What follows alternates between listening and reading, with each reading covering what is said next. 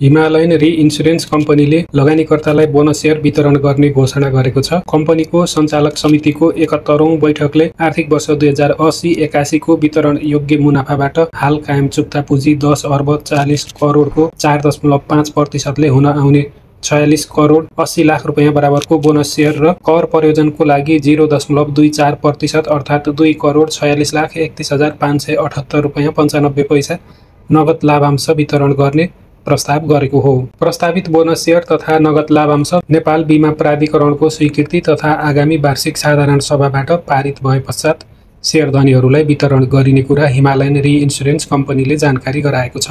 त्यस्तै गरी साहस ऊर्जा लिमिटेडले चालु आर्थिक वर्ष 2081-82 को तेस्रो त्रैमाससम्मको वित्तीय विवरण प्रकाशित गरेको छ। प्रकाशित विवरण अनुसार कम्पनीले 83 करोड 41 लाख 87 हजार रुपैयाँ खुद नाफा कमाएको छ। यो गत वर्षको यसै अवधिको तुलनामा 74.44% ले धेरै हो। गत वर्ष यस कम्पनीले 47 करोड 81 लाख रुपैयाँ खुद नाफा आर्जन गरेको थियो। विद्युत बिक्रीबाट हुने आम्दानी 2 अर्ब 2 करोड 52 लाखबाट बढेर 2 अर्ब 14 करोड 35 लाख रुपैयाँ पुगेको छ।